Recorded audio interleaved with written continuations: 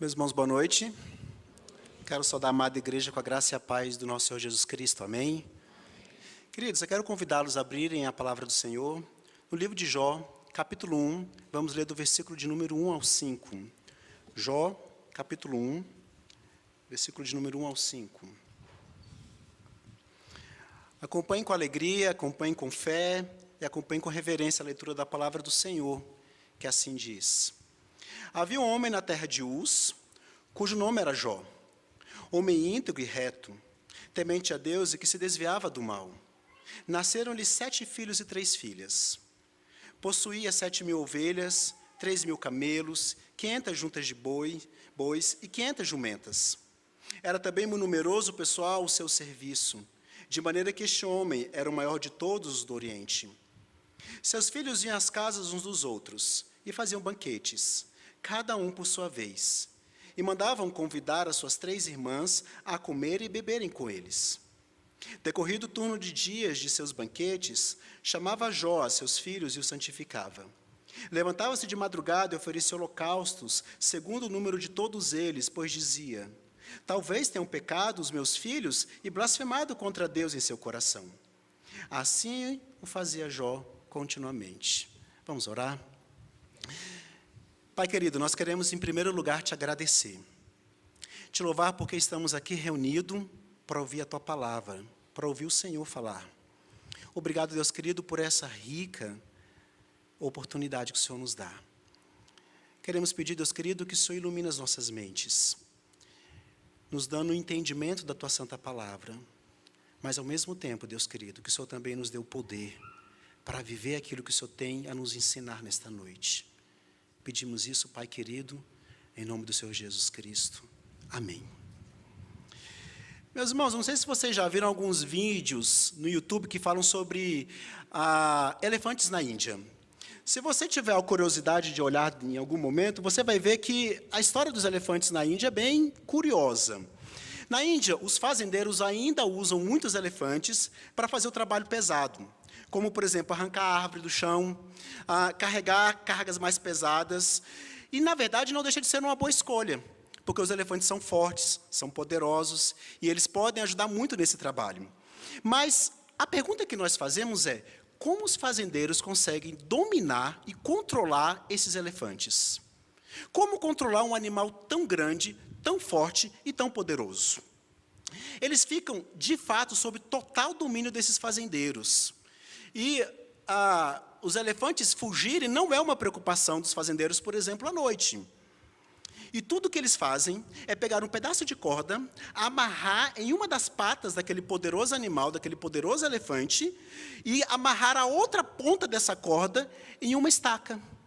E o animal fica imóvel, parado. Ele não se mexe, ele não foge, ele não sai do lugar. E a pergunta que a gente faz na sequência é: então, como assim? Como um animal tão poderoso, como um animal tão forte não arrebenta aquela corda com um chute ou com um passo, arranca aquele toco do chão e simplesmente não foge, e simplesmente não vai embora, e simplesmente não sai dali? Como eles conseguem dominar esse animal?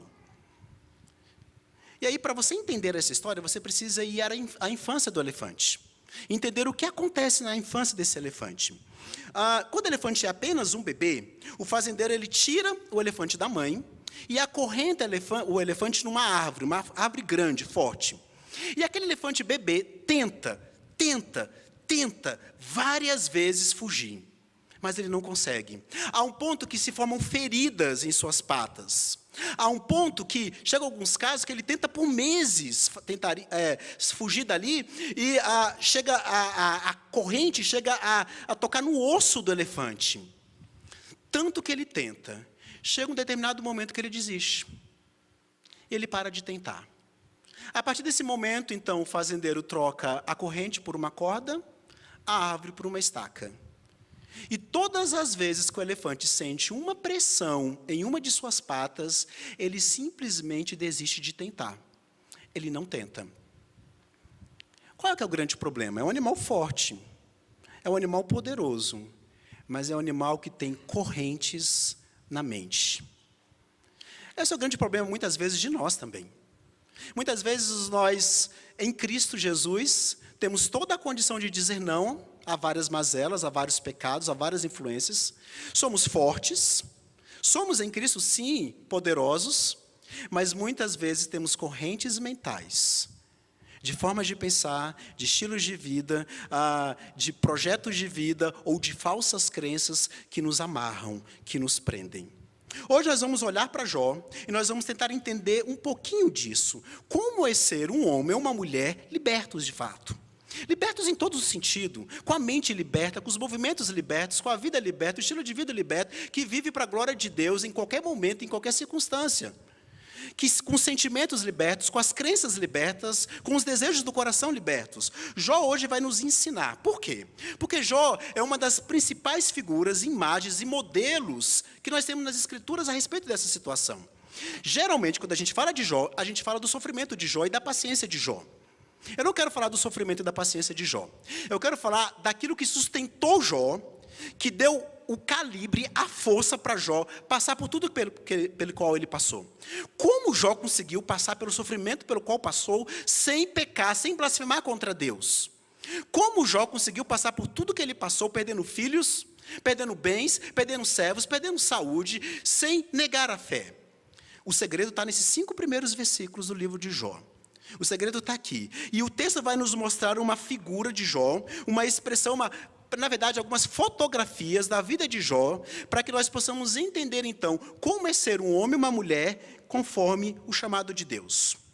Portanto, o tema que eu gostaria de trabalhar com vocês nessa noite é o seguinte: você é chamado para ter um caráter e uma vida de santidade que reflete o seu Criador. Você é chamado para ter um caráter e uma vida de santidade que refletem o seu Criador. Eu quero falar disso basicamente em 3 pontos. O primeiro deles é: você é chamado para ter uma santidade pessoal. Você é chamado para ter uma vida de santidade pessoal. De novo, eu quero que você leia comigo aí o versículo, olhe comigo aí o versículo de número 1. Jó, capítulo 1, versículo 1. Olha só o que o texto diz. Havia um homem na terra de Uz, cujo nome era Jó, homem íntegro e reto, temente a Deus e que se desviava do mal. Nós sabemos que o livro de Jó é um livro inspirado. Não sabemos exatamente quem escreveu, a maioria entende que foi o próprio Jó, mas a gente não sabe exatamente quem escreveu o livro de Jó, mas sabemos que é um livro inspirado. E nós vamos ver, então, algumas facetas, algumas fotografias dessa vida de Jó como um homem santo. Um homem que não é escravizado, um homem que não é acorrentado, um homem que vive para a glória de Deus. E a primeira faceta que eu quero falar é a faceta de uma santidade pessoal, privada, particular da vida de Jó. Joseph Piper, expondo esse mesmo texto, ele fala que Jó é um homem que realmente existiu. O livro de Jó não é uma fábula, não é um mito, o livro de Jó não é apenas um livro de um princípio moral. Jó foi um ser humano como eu, como você, ele existiu. Tinha as limitações que nós temos, as fraquezas que nós temos e também era um homem pecador. O versículo 1 mostra para a gente claramente que Jó viveu no período mais cedo dos patriarcas. Talvez um descendente de Naor, dentro da linha familiar de Abraão. Não há muita certeza disso. A terra de Uz, que ele fala aí, estava localizada a sudeste de Israel. E era um território bem fértil e bem próspero. E nós vamos ver, inclusive, que o livro vai falar dessa prosperidade de Jó, mais à frente. Mas nós sabemos que Jó realmente existiu, por quê? Porque a Bíblia fala que ele existiu. Ezequiel capítulo 14, o profeta compara Jó, Daniel e Noé como exemplos de homens piedosos. Tiago, que a gente leu, capítulo 5, nós vemos o Jó como um exemplo de perseverança, de paciência em meio ao sofrimento. Ou seja, Jó era um homem verdadeiro. Jó morava, de fato, a sudeste da terra de Israel, nos primeiros dias dos patriarcas. Ele era um homem como eu e como você, que existiu de fato. Por que eu estou falando isso? Porque crer nisso é fundamental para que nós possamos entender que a Bíblia, de fato, é a palavra revelada de Deus. Crer nisso é fundamental para entendermos que Jó viveu e experimentou tudo que o livro diz que ele experimentou. Entender isso é fundamental para nós termos uma visão mais ampla, entendendo que Jó não era um super-herói. Não era um homem acima do bem e do mal. Jó era uma pessoa como eu e como você, que existiu de fato, com as limitações que eu e você temos. Se ele não fosse real, ele não seria um bom modelo. Porque eu não estou falando aqui de um super crente, eu estou falando de um ser humano, como eu e como você.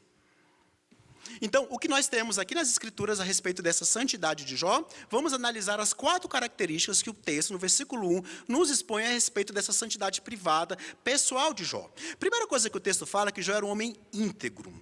O que significa isso? Quando a Bíblia fala sobre homens e mulheres íntegros, exatamente sobre o que a Bíblia está falando? A palavra de Deus, quando fala de homens e mulheres íntegros, está falando da condição do coração. E é exatamente sobre isso que está falando, sobre a sinceridade da fé. Sinceridade da fé de Jó. Jó é descrito aqui como um homem íntegro. E Deus também fala isso sobre Abraão, sobre outros servos dele, homens íntegros, ou seja, que não têm um coração dividido, inteiros diante de Deus. Não há uma adoração a um Deus paralelo e ao próprio Deus. Não há uma idolatria dominante no coração desses homens. Eles estão inteiros, íntegros diante de Deus. E quando isso acontece? Só tem um jeito disso acontecer. Quando Deus regenera os nossos corações. É impossível ser íntegro diante de Deus sem ser purificado, regenerado, transformado por Deus em Cristo Jesus. A gente ouve falar, por exemplo, do pecado de Abraão, o pecado de Noé. O próprio Jó, mais à frente no livro, vai falar do seu próprio pecado. Ele não vai se colocar como alguém, olha, não tenho pecado nenhum e não mereço o que está acontecendo. Ele vai falar do seu próprio pecado mais à frente no livro. Ou seja, a ideia de ser íntegro não é a ideia de alguém sem pecado. Não é a ideia de alguém no sentido de cumprir a lei de Deus perfeito. Mas é a ideia de alguém que não tem uma concorrência no coração, não tem uma concorrência na mente, não tem correntes que o amarram a outros ídolos, a outras idolatrias. Mas o texto continua, e o texto fala que Jó também era um homem reto diante de Deus. Ser reto é uma consequência de ser íntegro. É, na verdade, uma manifestação de alguém que é inteiro diante de Deus. De alguém que não tem idolatrias compartilhando o seu coração com outros ídolos. Ou seja, a retidão é consequência disso. A retidão diz respeito a uma vida medida pela régua de Deus, pela lei de Deus. Jó, nós sabemos, ele não tinha a lei escrita de Deus. Ele não tinha o que nós temos, a palavra, o cânon, a palavra fechada, escrita, revelada de Deus como nós temos. Mas durante o livro, nós vamos perceber que de alguma maneira Jó conhecia a lei de Deus. A lei de Deus foi revelada a Jó, ele conhecia. E ele, por ser íntegro, então ele organizava a vida dele, ele girava a vida dele em torno da lei de Deus. Ela era a referência. Ela era aquela que o guiava. Não era o senso comum, não era o humanismo, não era a forma de pensar do mundo. Era a lei de Deus, a palavra de Deus, de alguma maneira revelada a Jó, que o guiava em suas decisões.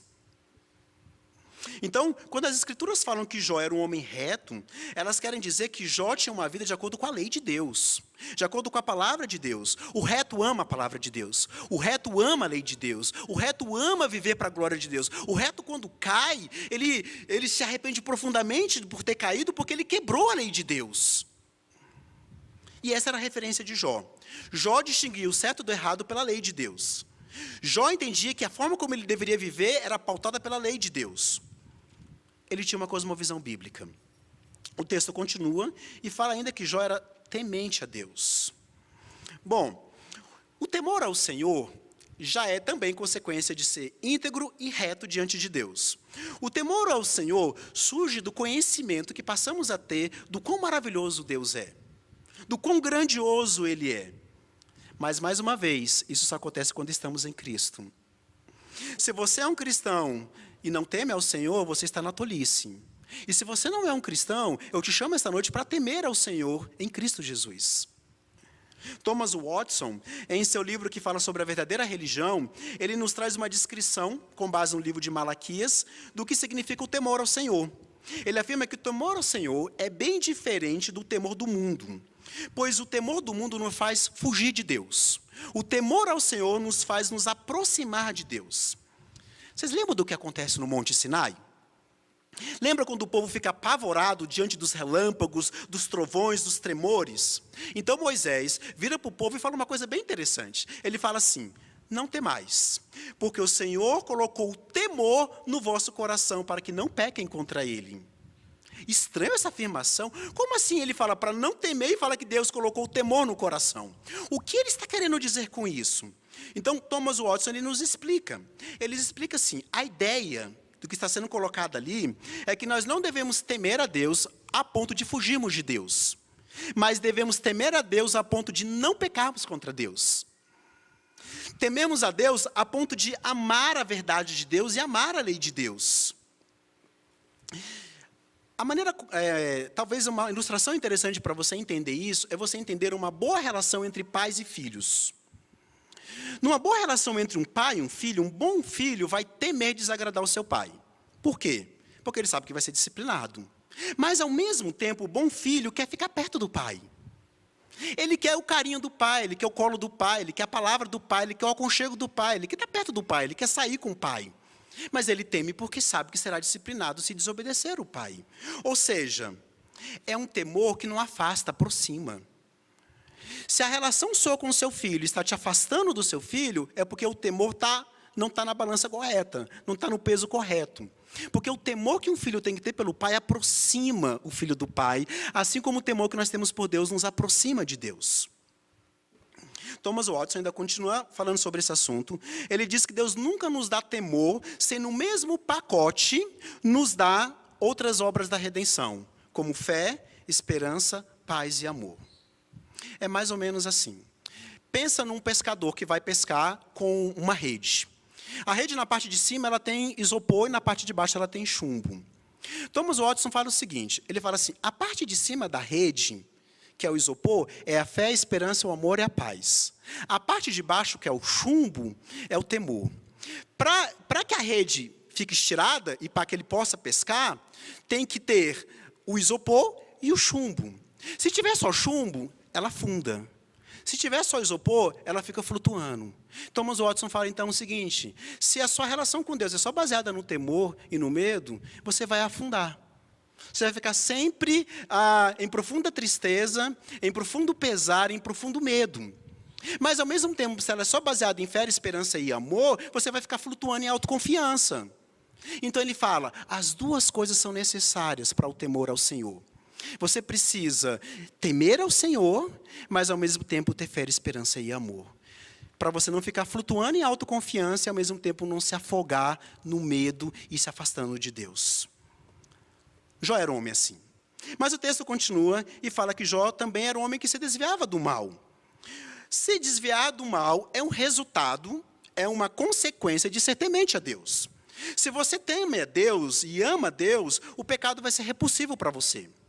Provérbios 8:13 diz assim, aquele que ama a Deus odeia o pecado. Jó odiava o pecado. E essa é uma razão pela qual o ataque dos conselheiros dele mais à frente no livro não faz sentido para ele. Porque os conselheiros viram e falam assim, olha, confessa o seu pecado logo e morre. Confessa, tem algum pecado que você está vivendo nele que é proporcional ao seu sofrimento. E Jó fala assim, não é bem assim. Eu reconheço que eu sou pecador, mas não há um pecado proporcional ao que eu estou sofrendo. Eu não consigo ver uma relação de causa e efeito entre um pecado específico e o meu sofrimento. Porque Jó odiava o pecado. Ele se desviava do mal. Ele ficou horrorizado com aquelas acusações, porque ele odiava o pecado, achava o pecado nojento, corrupto para ele. Jó não fazia as pazes com o pecado. Mas, às vezes, você faz as pazes com o pecado, não é? Às vezes, você anda de mãos dadas e cultiva alguns pecados de estimação. Jó fala no capítulo 31, versículo 1, ele diz o seguinte, fiz aliança com os meus olhos, como, pois, eu os fixaria em uma donzela? Jó estava tão consciente do seu pecado da cobiça, da lascívia, da luxúria, que ele fez um pacto com os olhos para não colocar os olhos de forma indecente em uma mulher. Jó era como José diante da tentação. Ou seja, ele mortificava a carne porque ele conhecia a carne. Ele não ignorava a carne, ele não fingia que não tinha aquela luta, ele mortificava porque ele conhecia, e então ele fez uma aliança para não colocar os olhos dele diante de uma donzela, porque ele sabia que podia cair no pecado da luxúria, da lascívia. Jó corta o pecado pela raiz. Jó corta as causas da tentação. Ele conhecia o seu coração e guardava o seu coração. Olha o que o nosso Salvador fala em Marcos capítulo 9. Ele diz assim, se o teu olho te faz pecar, tire-o. Se a tua mão direita te faz pecar, corte-a. Se o pé direito te faz pecar, arranca do teu corpo. Porque é melhor passar por esta vida manco do que ir para o inferno para sempre. Você sabe que o nosso Salvador não está dizendo para a gente arrancar partes do corpo, ele não está falando isso. O que ele está querendo dizer é aquilo que alimenta o seu pecado, aquilo que de alguma maneira faz o seu pecado criar força, corta da sua vida, tira da sua vida, arranca da sua vida, porque não vale a pena. Se alguma coisa alimenta o seu pecado, essa coisa tem que sair da sua vida. Exatamente isso que Jó está fazendo. É exatamente isso que Jó faz. Ele se desvia do mal. Ele não flerta com o mal. Ele não flerta com a tentação. Interessante que muitas vezes a gente faz o contrário do que a Bíblia fala, né? A Bíblia fala para a gente fugir da tentação e resistir ao diabo. A gente quer resistir à tentação e fugir do diabo. Jó não fazia isso. Sabe qual é um dos grandes problemas do farisaísmo? Era o lugar onde eles colocavam a cerca. Os fariseus colocavam a cerca no lugar errado. Em vez de colocar a cerca no coração, eles colocavam no comportamento. Então eles pensavam assim, bom, adulterar é não ter relação sexual com alguém que não seja minha esposa. Então, se eu não tive, não cai no pecado do adultério. Homicídio é simplesmente tirar a vida de alguém. Se eu não tirar a vida de alguém, não cai no pecado do homicídio. Aí o Senhor Jesus Cristo vem e fala assim, vocês estão errados. Vocês colocaram a cerca no lugar errado. Aquele que olha com intenção impura para a mulher, já está adulterando. Aquele que tem ódio no coração contra o seu irmão, já está cometendo o pecado do homicídio. Já está matando. Jesus está dizendo para eles o seguinte, a cerca está no lugar errado. Vocês, em vez de colocar a cerca no coração, colocaram no comportamento. É isso que muitas vezes acontece conosco. John Owen, ele diz que se você estiver disposto a aniquilar o pecado, se você não estiver disposto a aniquilar o pecado vai te aniquilar. Então, se você teme a Deus, como Jó temia, é óbvio que você vai se desviar do mal, é óbvio que você vai se apegar aos mandamentos dele, é óbvio que você vai fugir da tentação para matar o pecado. Então, nós estamos tendo aqui um quadro, um retrato, uma fotografia dessa santidade pessoal, privada de Jó. Mas, infelizmente, muitas vezes, nós falamos que queremos ser íntegros, nós falamos que queremos ser santos diante de Deus, mas ainda nós brincamos com Deus como hipócritas. Eu quero perguntar para todos vocês nessa noite, tem alguém aqui brincando com Deus? Tem alguém aqui vivendo uma vida dupla? Tem alguém aqui brincando com o fogo do inferno? Você deseja de fato ser íntegro? Você quer ser justo? Você quer amar a lei de Deus? Você quer ter prazer na lei de Deus, em toda a lei de Deus, não apenas nos seus mandamentos preferidos? Quando a lei de Deus te desafia nos seus pecados prediletos, você ama a lei de Deus? Você teme a Deus? Você honra e reverencia a Deus? Você tem medo de blasfemar contra Deus e levar o nome de Deus em vão, falar o nome de Deus em vão? Você se maravilha diante da grandeza e da majestade de Deus? Você odeia o pecado, o seu pecado favorito? Ou você tenta justificá-lo como sendo um pecado menor, um pecado pequeno? Não tente minimizar o pecado. Se uma pequena mentirinha é suficiente para ter levado Cristo à cruz para morrer por você. Você quer saber o quão nojento, o quão grave, o quão terrível o pecado é? Olha para a cruz. Olha para o Salvador pendurado na cruz. Humilhado, machucado, esmagado, rejeitado pelo Pai, abandonado. Você quer saber o quão grave o pecado é? É só olhar para a cruz. Jó era um homem como nós. Não era um super santo, não era alguém acima do bem e do mal. E eu quero que você entenda que a herança espiritual que você tem vai muito além da herança de Jó. Jesus, falando a João Batista, afirma que João Batista era o maior do que todos os profetas do Antigo Testamento, mas era menor do que qualquer santo do Novo Testamento. Como assim? João Batista não fez os grandes milagres que Elias fez. João Batista não fez as maravilhas que alguns profetas do Antigo Testamento fizeram. Como ele era maior do que eles? Ele não era maior nos dons. Ele era maior nos privilégios. Jó não tinha nada da Bíblia escrita como nós temos. Provavelmente, apenas 500 anos depois da vida de Jó, Moisés passou a escrever os primeiros livros das Escrituras. Mas Jó acreditava no Messias que viria. Ele conhecia pouco a respeito do Messias, mas ele acreditava. Ele viveu nas sombras do primeiro pacto, do pacto antigo. Mas você é rico em privilégio. Você é rico em revelação.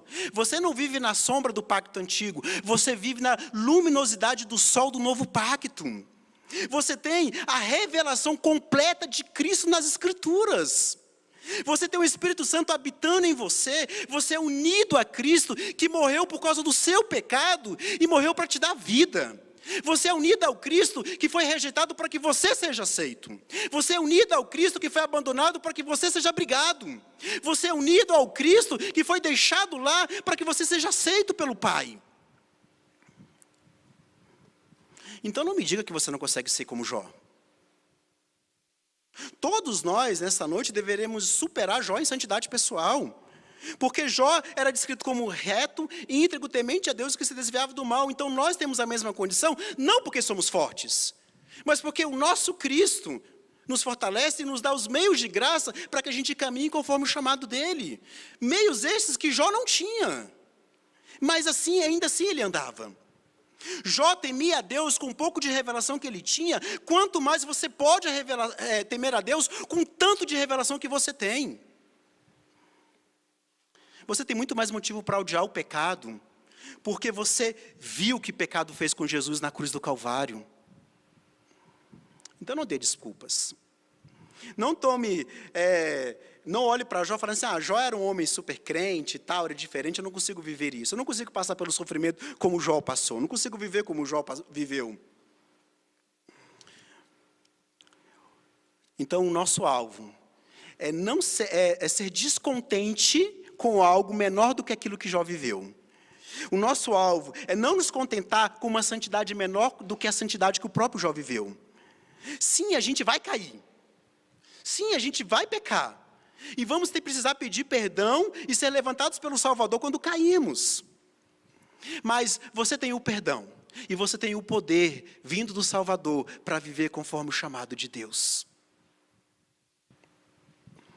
Você está entusiasmado com essas verdades? Você quer ser igual a Jó? Você tem paixão por ser íntegro, reto, temente a Deus e se desviar do mal? Ou você está tão desviado dessas verdades que o que é dito aqui para você hoje te incomoda profundamente a ponto de você rejeitar? Talvez, se a verdade que está sendo dita para você hoje aqui está sendo rejeitada no seu coração, isso pode ser uma expressão de que você ainda precisa do Salvador. E se é isso que está acontecendo com você nessa noite, eu te digo, vá ao Salvador. Ele está aqui. Ele está falando com você nessa noite. É para você o que ele está dizendo. A mensagem é para você. E você que por alguma ocasião da sua vida está com dificuldades, está na luta, cai, levanta.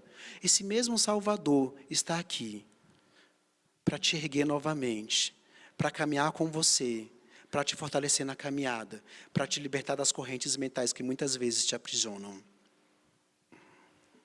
Mas nós vimos essa primeira faceta, então, da espiritualidade, da santidade de Jó, uma faceta da vida privada, pessoal de Jó. Vamos ver outras facetas?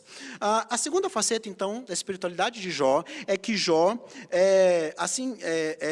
tinha uma espiritualidade, uma santidade familiar, e aí nós vamos para o nosso segundo ponto, que diz assim, você é chamado a ter uma santidade familiar. Você é chamado a ter uma santidade familiar. Olha comigo aí os versículos 2, 4 e 5. Nasceram-lhe 7 filhos e 3 filhas.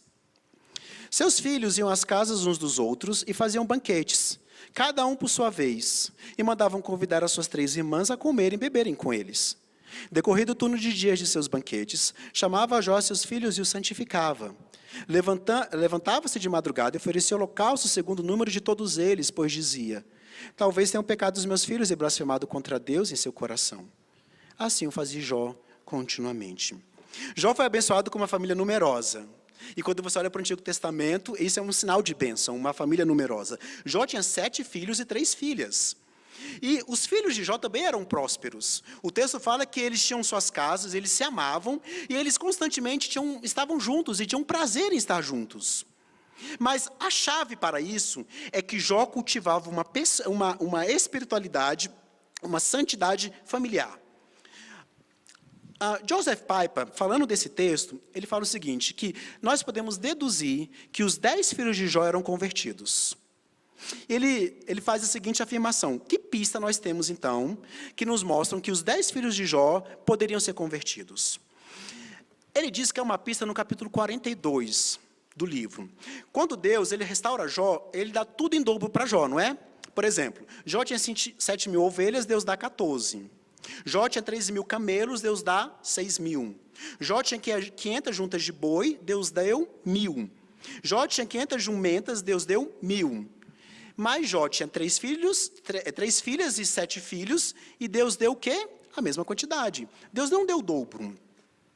Aí Joseph Piper fala o seguinte: talvez essa seja uma informação que nos mostre que Deus não deu o dobro de filhos para Jó, porque Jó não perdeu os 10 filhos. Ele iria reencontrar com os seus 10 filhos no céu. Então, talvez essa seja uma expressão, uma demonstração, uma pista, que nos mostre que Jó, cultivando essa santidade familiar, essa espiritualidade familiar, levou a mensagem para os seus filhos, e seus filhos, de fato, vieram a viver para a glória de Deus também. O versículo 5 fala, então, que eles tinham um costume familiar de ir às casas dos outros e fazer banquetes. E o texto fala que Jó santificava os seus filhos. Como é que ele fazia isso? Ele se levantava de madrugada, e essa é uma expressão, essa ideia de levantar de madrugada, nos dá a ideia de que ele se dedicava, era diligente em fazer sacrifícios por eles, porque ele pensava, talvez eles tenham pecado contra Deus em seus corações, talvez eles tenham pecado contra o Senhor e não tenham sido tão consciente assim. Provavelmente nesses momentos, Jó reunia os seus filhos e os desafiava a respeito de seus comportamentos. E ensinava como eles poderiam confessar os seus pecados e ir até o Senhor em atitude de perdão. Ou seja, Jó cultivava ativamente uma piedade, uma santificação em sua vida familiar. Ele buscava a santificação dos seus filhos. E talvez, se não fossem convertidos, buscava a conversão dos seus filhos. Ele desejava que cada um deles fosse como o próprio Jó, íntegro, reto, temente a Deus e se desviava do mal. Eu quero perguntar aos pais presentes aqui nessa noite: vocês estão ativamente buscando a conversão e santificação dos seus filhos? Deixa eu te falar, não é suficiente provisão física, tá? Não é suficiente você prover materialmente os seus filhos. Não é suficiente você dar uma boa escola, boas roupas, uma boa casa, um bom plano de saúde. Não é suficiente. Na verdade, isso tudo é muito importante e muito bom, mas o essencial é que você ativamente busque a conversão e santificação dos seus filhos. Você sabe como seus filhos estão espiritualmente? Vocês conversam com seus filhos a respeito da vida espiritual deles? Vocês ajudam seus filhos a cultivarem um coração temente ao Senhor? Vocês fazem culto doméstico? Vocês ensinam as escrituras aos seus filhos? Vocês disciplinam seus filhos quando eles pecam? Ensinam seus filhos a amar o dia do Senhor e o culto ao Senhor? O lar de vocês é estruturado, baseado, alicerçado na palavra de Deus? Você sabe o que o seu filho mais velho está vendo no computador? Que tipo de música ele está ouvindo? Você sabe como está o estudo bíblico do seu filho? Não apenas se ele está lendo a Bíblia, mas se ele está aprendendo da Bíblia. Vocês revisam os sermões com seus filhos? Você conversa com eles sobre a vida cristã deles e sobre a sua própria vida cristã com eles? Parece muito, né? Pergunta demais. Mas a resposta a essas perguntas pode significar a conversão ou santificação dos seus filhos. Pode significar o compartilhar a herança espiritual que você tem com seus filhos. E é isso que Deus nos chama a fazer a partir do padrão de Jó. Quando a gente olha para 1 Coríntios capítulo 11, nós vemos uma coisa bem interessante que Paulo fala ali. Ele fala assim, que o homem é a glória de Deus e a mulher é a glória do homem. A ideia que Paulo nos passa ali em 1 Coríntios capítulo 11, dá uma ideia mais ou menos de homem como uma interface. Ele é inundado pela glória de Deus, E ele reflete essa glória que o inunda para sua esposa, que por sua vez, por meio da interface, também reflete a glória de Deus. Eu fico perguntando, se a interface estiver com defeito, se ela estiver com um problema, como é que vai ficar isso? Como é que a imagem visível do Deus invisível será refletida em casa? No caso para a esposa e no caso para os filhos. Deus te chama a ser essa interface, homens em especial. Deus te chama a refletir a glória do Criador diante da sua família. Deus te chama a ser a imagem visível do Deus invisível diante da sua esposa e de seus filhos. Deus te chama a cultivar essa santidade não só pessoal, não só da sua vida privada, mas também familiar. A se enganjar ativamente nessa santificação do seu lar. As Escrituras vão nos dizer que essa relação entre o marido e a esposa revela a relação entre Cristo e a igreja. E se revela a relação entre Cristo e a igreja, o homem é Cristo nessa relação, o homem vai revelar o quê? O caráter de Cristo. Claro que a esposa também, mas o homem... J. Adams fala o seguinte, que o amor do homem, ele é iniciador, o homem toma a iniciativa e o amor da mulher é responsivo. Porque ele fala, assim como Cristo tomou a iniciativa de amar a igreja responde ao amor de Cristo, o homem toma a iniciativa de amar a sua esposa, ela responde ao amor do seu marido. Como tem sido isso? Vocês têm revelado o caráter do Criador dentro de casa? Vocês estão preocupados que seus filhos revelem o caráter do Criador dentro de casa, como Jó fazia? Essa noite, o Senhor te chama a incluir de fato, literalmente, os seus filhos na aliança, não apenas trazendo-os ao batismo, mas cumprindo as promessas feitas no batismo. Essa noite o Senhor te chama a isso. A cumprir aquelas promessas que você fez aqui um dia, diante da igreja, diante de Deus, e que às vezes você se esquece, a cumprir no dia a dia, na sua relação com os seus filhos. Mas nós vemos então também uma terceira faceta dessa espiritualidade de Jó, dessa santificação, dessa santidade de Jó. Nós vimos então que Jó cultivava uma santidade pessoal, privada, particular. Nós vimos que Jó cultivava uma santidade familiar. E agora nós vamos ver uma terceira faceta, que é a santidade social de Jó. E aí nós vamos para o nosso terceiro ponto, que diz o seguinte: você é chamado a ter uma santidade social. Você é chamado a ter uma santidade social. Olha comigo aí o versículo 3. Possuía 7.000 ovelhas, 3.000 camelos, 500 juntas de boi e 500 jumentas. Era também muito numeroso o pessoal ao seu serviço, de maneira que este homem era o maior de todos os do Oriente.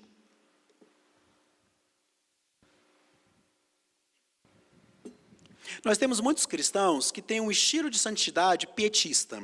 O que é isso? São aqueles que não demonstram muita preocupação com o mundo ao seu redor. Eles estão preocupados com a sua alma, com a sua própria vida de santificação. Eles estão preocupados com a vida de oração, estão preocupados em ler a palavra. Alguns até extrapolam um pouquinho e estão preocupados com uma santidade familiar, em levar os seus filhos a Cristo e tudo mais. Mas se esquecem que o chamado para ser santo envolve a sociedade. Envolve ser um reflexo, ser uma luz, ser um luzeiro também no meio da sociedade que nos observa. Ou seja, além da santidade pessoal e familiar, nós temos um chamado a uma santidade social.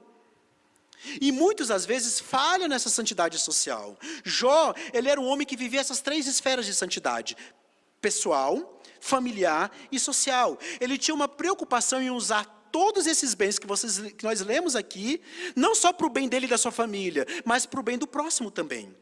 Acompanha comigo o capítulo 31, versículo 16. Jó 31, 16.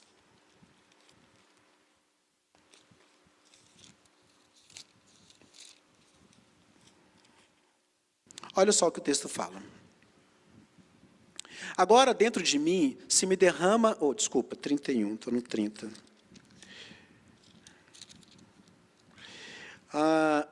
Se retive o que os pobres desejavam, ou fiz desfalecer os olhos da viúva, ou se sozinho comi o meu bocado e o órfão dele não participou, porque desde a minha mocidade cresceu comigo como se eu lhe fora o pai, e desde o ventre da minha mãe fui o guia da viúva. Se alguém vir perecer por falta de roupa, e ao necessitado por não ter coberta, Se os teus lombos não me abençoaram, se os seus lombos não me abençoaram, se ele não se aquentava com a lã dos meus cordeiros, se eu levantei a mão contra o órfão, por me ver apoiado pelos juízes da porta, então caia a omoplata do meu ombro e seja arrancado o meu braço da articulação. Porque o castigo de Deus seria para mim um assombro, e eu não poderia enfrentar a sua majestade. O que Jó está querendo dizer é o seguinte: Senhor, eu fui uma bênção para o meu próximo. Eu ajudei o órfão, eu ajudei a viúva, as minhas riquezas, os meus bens também foram colocados à disposição do meu próximo. Não só da minha família, não só a minha própria disposição, mas do meu próximo também. Se isso não tiver acontecido, arranca o meu braço. Jó está falando, então, de uma faceta da vida dele, que vai além dele próprio e vai além da sua família. E, meus irmãos, essa é uma parte muito importante da nossa vida de santidade cristã. Nós somos, sim, chamados a aliviar aqueles que sofrem. Nós somos, sim, chamados a ajudar aqueles que têm necessidade. Nós somos, sim, chamados, principalmente dentro do corpo de Cristo, ao cuidado para com os necessitados. Na igreja primitiva, no dia da Santa Ceia do Senhor, as pessoas vinham e traziam ofertas para os pobres. Na Reforma Protestante, nos cultos, havia uma ceia, uma cesta, onde havia doação para os mais pobres, que era administrada pela junta diaconal. Ou seja, nós não somos ilhas que vivemos a nossa própria vida e não ligamos, não nos preocupamos com aqueles que não têm a mesma vida que nós temos. Sim, nós somos chamados a nos preocupar com eles, a colocar a riqueza, os bens, o que temos também para ajudar essas pessoas. Jó usa parte da sua riqueza para servir ao seu próximo. Os homens do Oriente, eles eram muito conhecidos por sua sabedoria. E Jó era conhecido por ser o maior, o mais sábio de todos eles. E está lá no capítulo 9, se você quiser olhar, capítulo 29, se você quiser dar uma olhadinha depois. Capítulo 29, versículos 7 e 16. Vai mostrar de Jó como esse homem do Oriente, que era o maior de todos, o mais sábio e também o mais próspero de todos. E Jó fala lá nesse capítulo que ele usou a sabedoria para julgar as causas de outras pessoas também, principalmente dos necessitados. Sabe por que isso acontecia? Porque Jó não era um homem preocupado apenas com a sua vida e da sua família. Jó era um homem preocupado com a sociedade.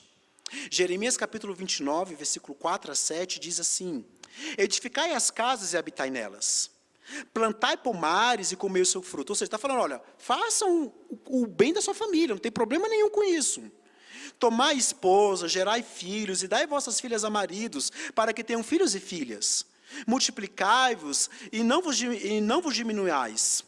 Procurai a paz da cidade, para onde vos desterrei, e orai por ela ao Senhor, porque na sua paz vós tereis paz. Eles estavam no exílio. E o que ele está querendo mostrar para eles é como viver no exílio. E ele está dizendo, vocês mesmos estando no exílio, podem abençoar a sociedade em volta de vocês. Cresçam no pacto, cresçam na aliança com o Senhor, cresçam na santidade da sua própria família, mas estejam preocupados também com o bem-estar da cidade. Estejam preocupados também com o bem-estar da sociedade. Estejam preocupados também com o bem-estar do seu próximo, que não é o próximo que está dentro da sua família. A palavra de Deus fala que a cidade se alegra quando o justo está dentro dela. E eu te pergunto, aqueles com quem você trabalha se alegram com a sua presença? No comércio, na escola, na vizinhança, as pessoas se alegram com você? Você vive uma piedade, uma santidade, uma espiritualidade que é exemplar para as pessoas que te observam fora da igreja? Você é sal, luz do mundo, de fato? Você manifesta a bondade e generosidade de Deus onde quer que você esteja? Deus não chama para essas coisas também. Então nós temos aqui em Jó uma figura, uma fotografia de um homem piedoso, marcado pela integridade, marcado pelo amor e temor ao Senhor, que se desviava do mal, um homem distinto por cultivar uma piedade familiar, uma santidade familiar, mas também um bom membro da sociedade, um homem produtivo, e um homem que ajudava a sociedade com a sua sabedoria e com seus bens. É isso que Deus quer para mim e para você. Esse é o chamado de Deus para todos nós. Esse é o padrão que Deus coloca diante dos nossos olhos hoje à noite. Eu mesmo estou bem aquém disto. Mas sabe por que eu não entro em desespero? Sabe que quando eu olho para Jó e penso assim, Jó tinha menos revelação do que eu, e era alguém que vivia essas áreas da vida melhor do que eu vivo. Jó não tinha a pregação da palavra domingo após domingo, não tinha aula de escola dominical, não tinha o sacramento da ceia, não tinha o batismo, Jó não tinha os meios de graça que nós temos, e era um homem mais santo do que eu sou. Sabe o que não me faz entrar em desespero quando eu olho para isso? E vejo que estou aquém dessa espiritualidade? O Salvador. O Cristo na cruz. Mas não só o Cristo na cruz. O Cristo ressuscitado. O Cristo que ressurgiu da morte. O Cristo que venceu a morte. É Ele que me faz não entrar em desespero. Sim, o tempo todo eu estou descontente com a minha própria espiritualidade. O tempo todo eu estou descontente com a espiritualidade da minha família. O tempo todo eu estou descontente com a minha relação com o próximo que não é o próximo da igreja. O tempo todo eu estou descontente com isso. Mas é meio esse descontentamento que eu entendo que eu preciso sempre crescer, eu olho para o Cristo, e esse Cristo que morreu e ressuscitou não me deixa entrar em desespero. Porque Ele me chama dia após dia a viver, e mesmo quando eu peco, eu confesso, eu me arrependo, e Ele me levanta. E Ele me fortalece para crescer dia após dia. É porque eu tenho um Salvador, que eu não vivo desencorajado constantemente. É porque eu tenho um Salvador em quem eu posso me refugiar nele. É que eu não entro em desespero completo. É porque eu tenho um Salvador a quem eu posso confessar os meus pecados. E diante de quem eu posso chorar, tanto em tristeza quanto em alegria, por causa das minhas falhas. É porque eu tenho um Salvador que eu sei que me perdoa, não só pelos pecados que eu cometi, mas pelos que eu cometo e vou cometer. É por causa do Salvador, a quem eu confesso a minha fé. É por causa dele que eu não entro em desespero. E só por causa dele, você também não entra em desespero.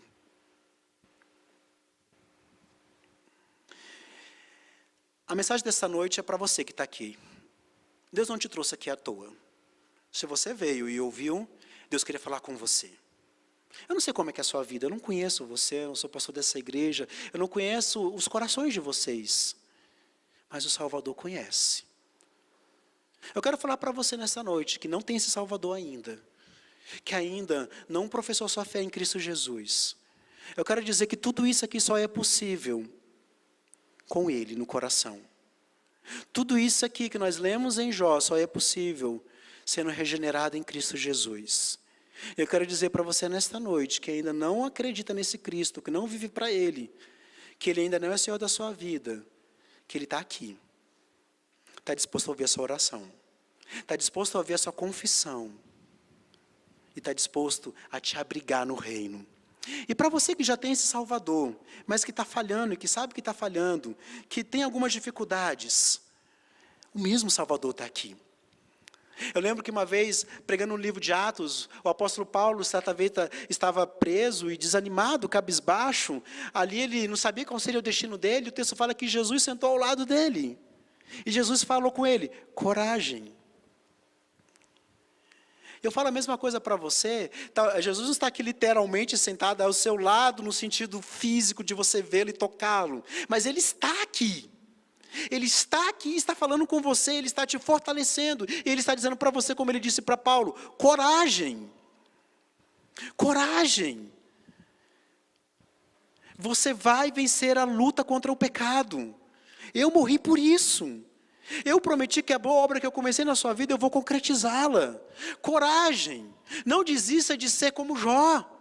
Não desista de ser como Cristo. Não desista de ser íntegro, reto, temente a Deus e se desviar do mal. Não desista de cultivar a santidade familiar. Não desista de cultivar uma santidade social. Coragem. Ele te chama essa noite, porque Ele te faz um elefante. Um elefante forte, poderoso, mas muitas vezes, infelizmente, a sua mente está amarrada em correntes. Mas o que Cristo está querendo dizer para você hoje à noite é: você é forte. Não porque você tem força em você mesmo. Não porque você tem essa força que sai de si próprio. Você é forte porque eu te fortaleço. Você é forte porque eu te chamo a viver a fé e eu te dou a condição de viver essa fé. Você é forte, você pode sim ser íntegro, reto, temente a Deus e se desviar do mal. Não porque você é alguém especial, melhor do que outros, mas porque eu morri por você. E eu te fortaleço. Fala com Ele da sua fraqueza, fala com Ele da sua luta, fala com Ele do desespero da sua alma, confessa. Ele te chama a isso esta noite. Não seja como os elefantes, fortes e poderosos, mas com correntes na mente. O Cristo que morreu por você te chama a liberdade. Oremos. Pai querido, nós queremos te louvar.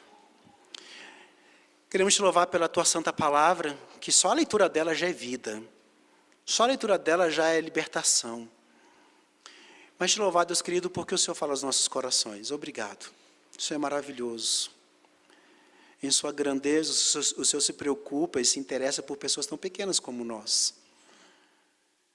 Deus querido, o que nós ouvimos essa noite é difícil. É muito difícil, Pai. Constantemente caímos e falhamos. Ajuda-nos a sermos como Jó.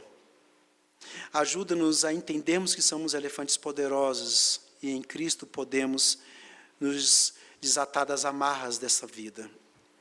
Ajuda-nos a entender que a batalha contra o mundo, a carne e o diabo foi vencida na cruz.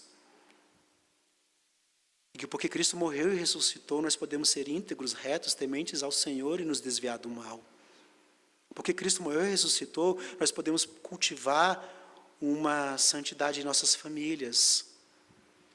Porque Cristo morreu e ressuscitou, nós podemos ser generosos socialmente falando, nós podemos nos preocupar com o próximo, nós podemos promover a alegria onde quer que estejamos. Ajuda-nos a entender essa verdade e nos dê o poder para viver essa verdade. É em nome de Jesus que pedimos. Amém. Queridos, vamos ficar em pé e vamos entoar um cântico.